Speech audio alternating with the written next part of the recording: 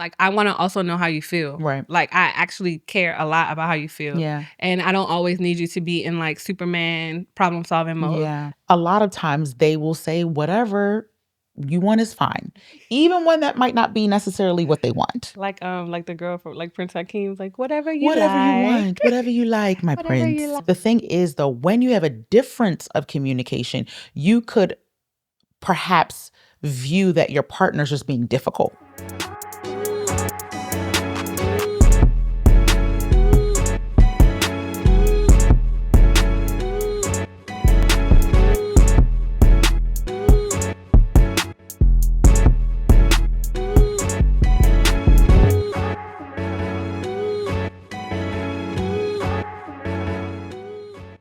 Welcome to Marriage Pinnacle's Chats from the Peak, where God's favorites link up. My name is Dr. Lara. And I'm Memi. And welcome back to another episode of Chats from the Peak. Miss you guys. 2026. Welcome. We are here. Wow.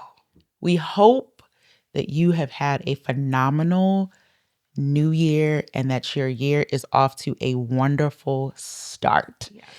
But speaking of wonderful starts, we have some exciting news. And Memi, I just wonder, have you ever been in a situation with your partner, with Dapo, and you feel like you're just speaking a language that he's just not getting? Yeah, like you're putting something down and he's not picking it up. Not grasping it. Yeah. And you just realize like, okay, our communication, like the way I communicate and the way that you communicate are just completely different. Yeah. Well, today, folks, we have the answer to your problems. Marriage Pinnacle, drum roll please, is dropping our communication quiz. Yay!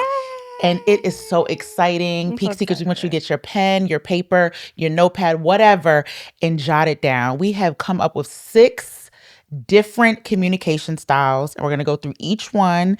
And we're talking about, you could be a storyteller. You could be a peacemaker. Yeah. You could be an analyzer, a fixer. What am I missing? What am I missing? A connector. We're going to tell them. Don't tell them all. Okay, Okay. Save some. Okay. However, have you just ever wondered, why don't they get me? Yeah. Well, we have the answer to your problems, and we're going to talk about that today. Yes, I'm so excited. So what is the quiz? So just some background on it. It is a quiz to identify your primary communication style, like Dr. Lara said. We have 6 different types. The quiz is really quick. Very quick. 5 to 10 minutes, you're in there. I don't even think it's going to take 10 minutes. It's not. It's super fast. Quick. Yes. Yeah. And it's free for everyone. Yep. No cost. We're not asking you to give us $1 or sign up to a membership. What else do you want? It's free. It's just free. Bro. It's free. And okay. And it instantly tells you your style once you're done taking it. And then you also get a lot of insights. We tell you your strengths. We tell you what your challenges are. We tell you who you communicate best with, who you're paired up best with. So you get a lot of information out of it. For sure. And so one thing that you have heard us say, beat with a dead horse, say it till we're blue in the face, is that communication really is the foundation to a healthy relationship. Yeah. So if there was anything that we really wanted to take a stab at first, it was going to be communication. Yeah, we've been talking about this for a very long time. We talk about it all the time because if you don't recognize how you communicate and then recognize how your partner communicates, you're always going to be bumping heads. Always. And so once you kind of understand how you communicate, it's going to better help you relate information to your partner, but then also be understanding when maybe they don't get it. Right. Like they sometimes just don't get it. Yeah. And I think something else that why we really thought this was important, because, like you ask anybody that's been married for 10 years plus, like, how did you get there? And it's like, communication. Bro. We had to communicate. Yeah. Communication is important. And everybody says that, but nobody really tells you how. Yeah. Right? Agreed. Like, nobody really tells you, so how do you communicate? Like, be a good listener first. And it's like, there's books on communicating in business. There's books on communicating in friendship. And there are books on communicating in relationships, but I feel like it's not talked about the how. Yes. So this is part of the how. This is how to do it. Yeah. And the first step is understanding your style, who you are and who your partner is. That's it right there. That's it right there. So this is what we're hoping to be a game changer. And the thing is, like, there's so much jargon out there. We try to make it as simple as possible, but as clear as possible. Like, okay, this is absolutely me. And you might see some overlap with ones, but you're going to have a primary communication style. And that's going to help you, again, understand how you're relaying information, but then how your partner's receiving it, because they might not have the same communication style as you. So yeah. And Dr. Lara, how did you and your husband kind of navigate? Because I know y'all, if you watch the show, you already know that they have different styles. Yes, sir. So how do you navigate that? So, like you mentioned, I think that understanding that communication is a big thing. I knew that was a challenge because I want to like talk about it and understand and like provide context and things like that. Yeah, you're a storyteller. Absolutely. You'll see. Absolutely. Yeah. And Tella is very much I've analyzed it. Here's the output. Analyze it all in here. And here is there's no context, no nothing. It's like, here's the answer. He's very much, and he's going to take the quiz. He's taking the quiz, but analyzer to the T. And so if I'm giving you all of this context, I'm giving you all of this in a nice little bow, and you're just giving me the present, it's like, how did we get here? So it took a while, like I've mentioned multiple times.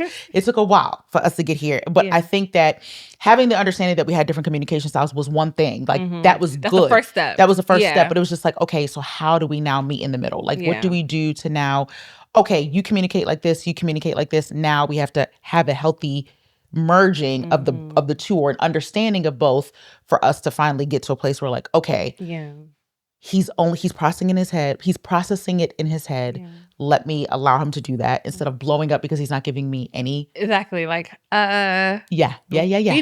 Hello Feedback. Knock. Thoughts. Hello. Anything. But understanding, like, okay, he's doing all that internally.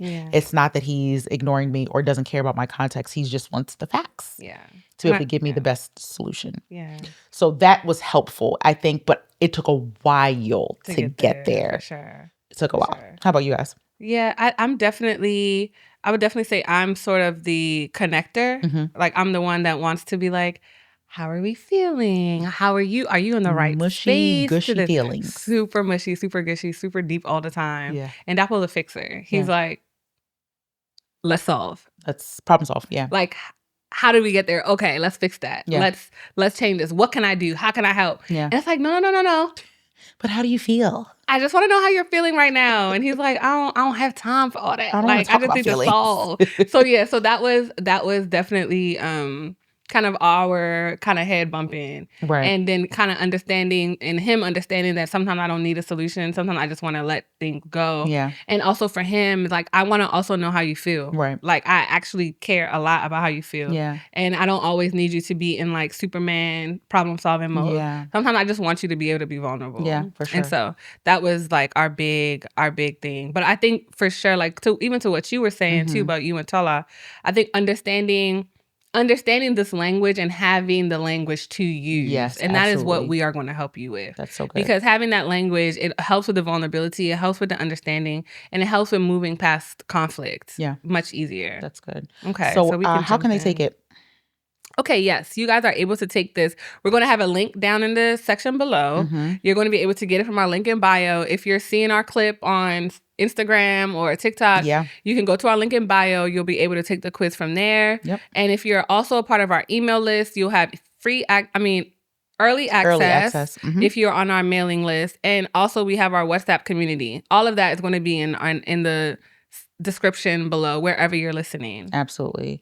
So it's really important. Like, at the end of the day, we say it all the time. Knowing how you communicate, that's great. There's nothing wrong with that. We want you to know how you communicate. But knowing how your partner communicates, that is the key to unlocking things. Like, you want to be able to unlock things. You want to be able to say, okay, that just gave me more information. That gave me more insight to who this person is, how they act, and why they are the way that they are. And that's what we want ultimately to be able to provide you guys and with. I love that you used the key, because I feel like being in this marriage journey is just a series of collecting keys and unlocking the next level and the next level and the next level. So hopefully what you guys get from this quiz helps you unlock a new level in your relationship. All right.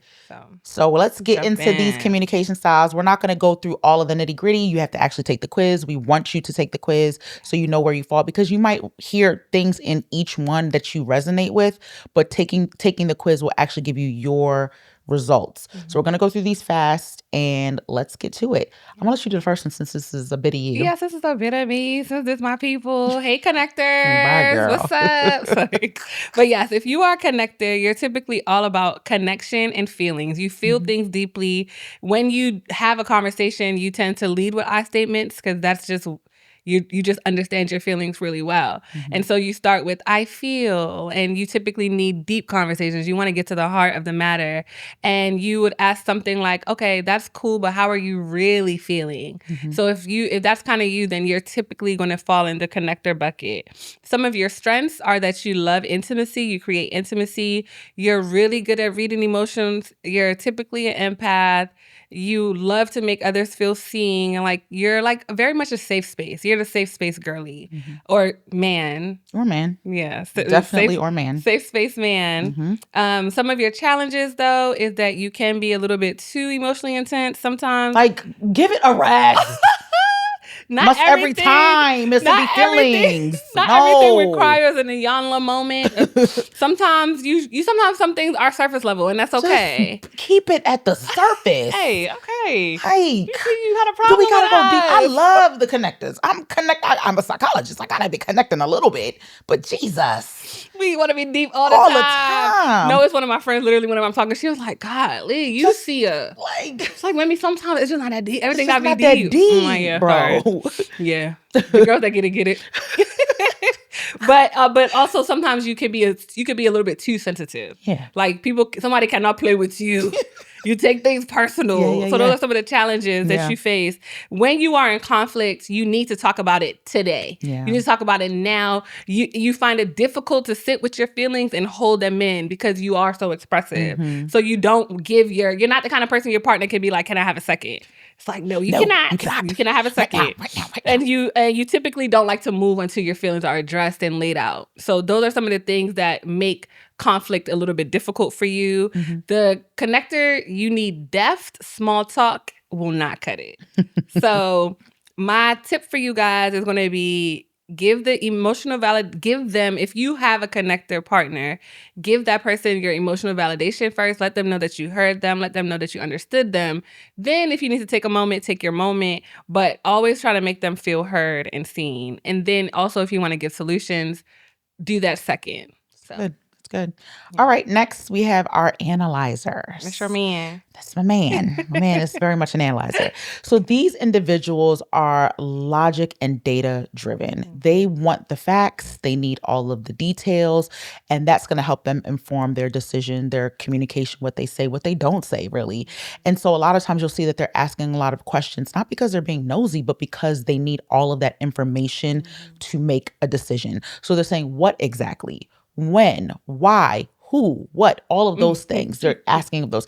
And so they might say something along the lines of like, let me understand the facts, or walk me through this to see it from your lens so they can get a better understanding. And so their strengths really lie in that they're very clear, right? What they say is what they mean a lot of times. They're great problem solvers and they're very thorough. These individuals are very thorough.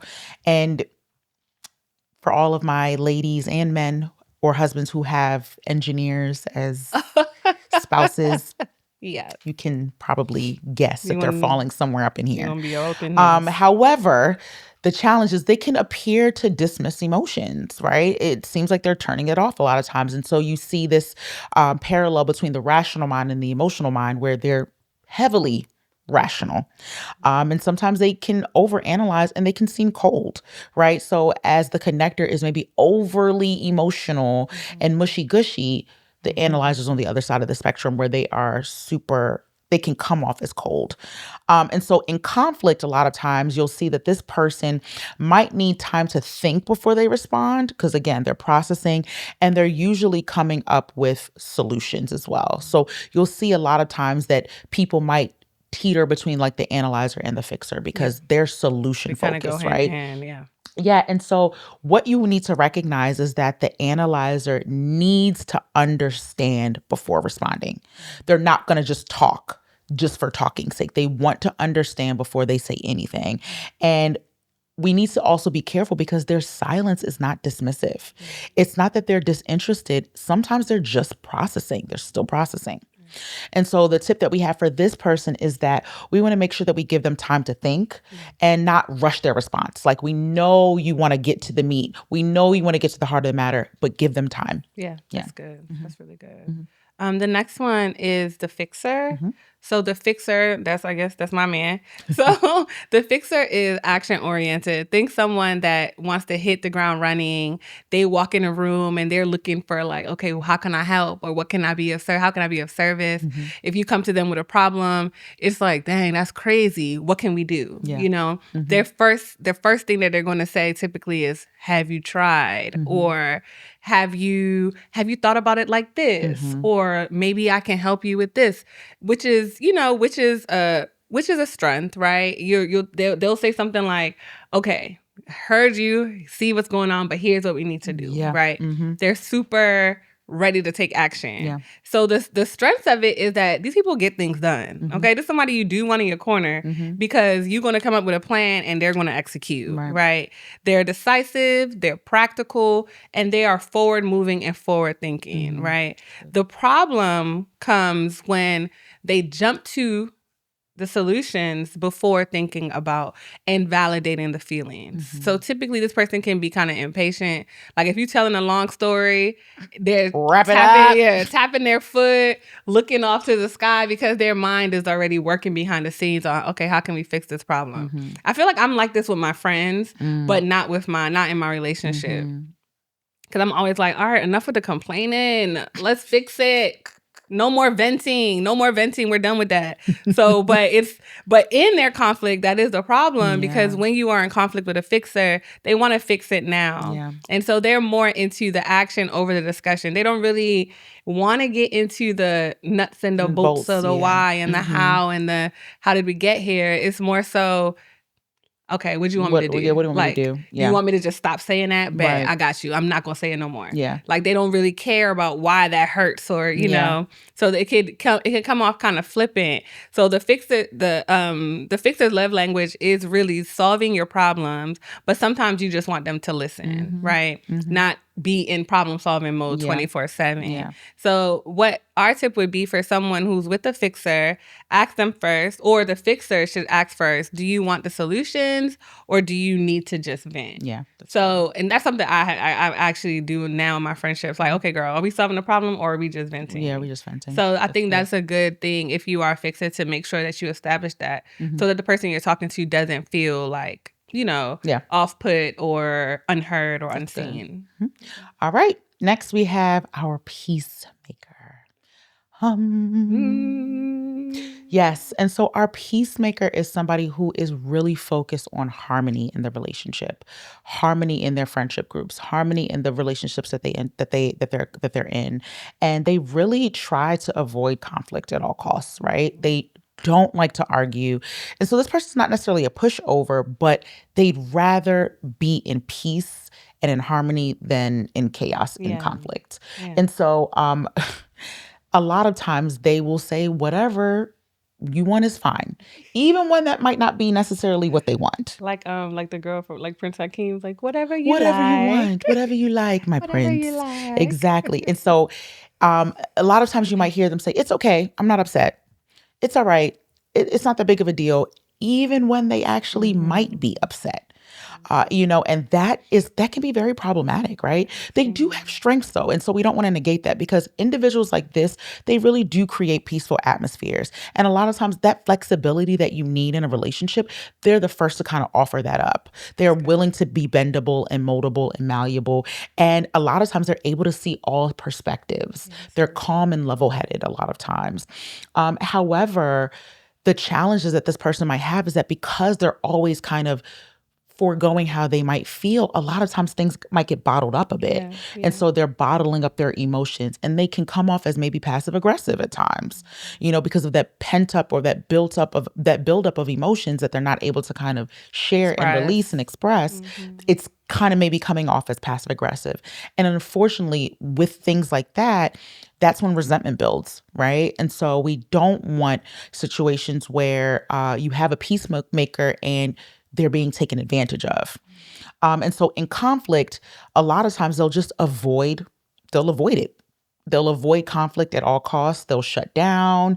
They will just agree to end the conversation. They don't want to fight. And so they'll just agree with you, even though that might not necessarily be how they feel in the situation. And again, that goes back to that buildup of resentment. And that's what we don't want.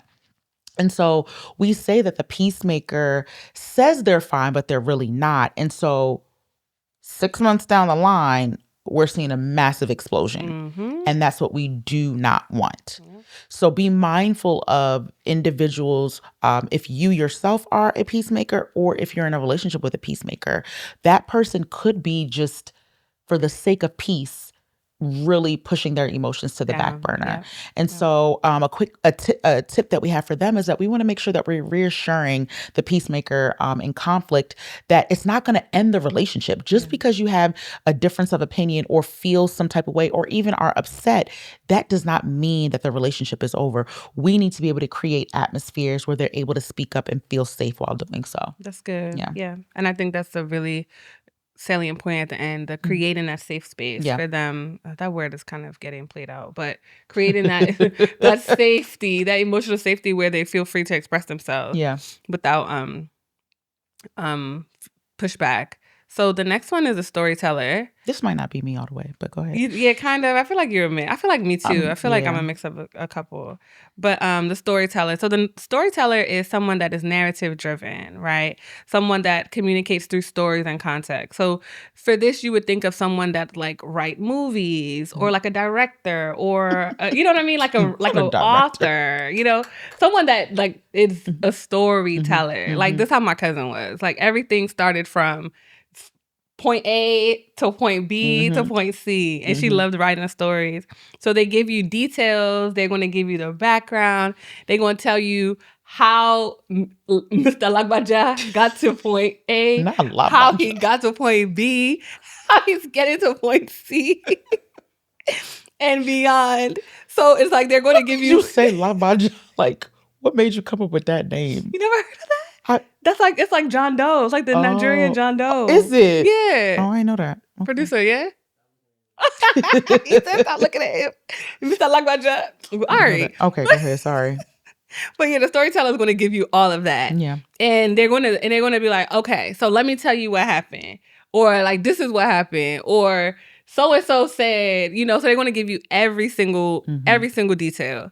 And their strengths lie in that they're engaging. They're going to give you all the context. So you're not going to have any questions. The analyzer is going to let them because they're going to tell you everything, right? So they're going to give it to you all. And you're going to have everything you need in order to make your decisions. And they're fun, right? Like they're lively. They make the conversation, engaging. You want to listen to them. The problem is that they take forever to get to the point. That is the problem. Too much detail. Yeah. So if you're ever talking to someone and you see the eyes glaze over, or they be like, "Okay, girl, come on, get there, get there," then you are kind of like a storyteller. And you give a lot of detail. Sometimes detail may not be needed, And when you're in conflict, typically when you're in conflict, it is tense, right? So it's like you're not really happy with this person. You're not really feeling them, but they sitting there giving you all the context, giving you all the story. Like, I don't need that. You just like, girl, like, what's the problem? Like, I need to know what the issue is right now. What are we talking about? Get there. And so you struggle with summarizing. And so the storyteller needs you to know everything that led to this moment. And the fixer, in your case, the fixer is like, all right, just get to the point. Like, just get to the point. Just get to the point. So our suggestion for if you are dealing with a storyteller is let them tell their story. Give them time. Be respectful. Don't cut them off. Don't be rude. But try to always redirect them to the main point. Yeah. So even as they're telling their story, just be like, okay, that's cool. But like, why are we here? So like, why are we here? Like, what's the, you know what I'm saying? Like, what's the matter? What's the cocoa? What's the plot? Like, Yeah. why are we really here? Yeah, it's good. So our last one. All right, our last one is the listener. So this is somebody who's super, super receptive and observant, and they honestly prefer listening than doing the talking. They would rather let you talk. Storyteller, love to see a listener coming. Look, like, hello, listener. You know, and so they ask a lot of questions. They're comfortable with silence. They're not easily rattled because they're okay not talking.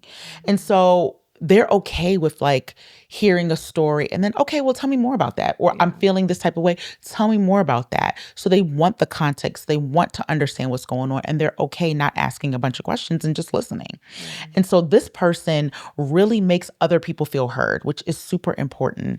They're very patient and thoughtful. And a lot of times they create safe spaces. Another person that creates safe spaces, which is good. That's not a bad thing. That's what we want. That's what we want. We want right? all of y'all to be creating safe spaces. Absolutely. And so, unfortunately, on the flip side, sometimes this listener is too quiet. So it's like we're not able to hear anything about how this person might really feel about a situation or what is going on in their brain because they're not really talking much.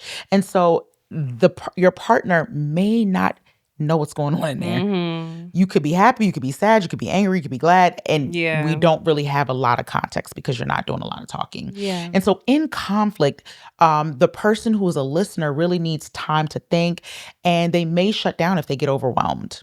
Right? They may shut down because it's just too much. And then they just don't have the words maybe sometimes. And it's not their default. It's not their default. So they don't have practice with that. Exactly. And so the listener is the person who hears everything, right? But we don't want you to mistake their silence for not caring.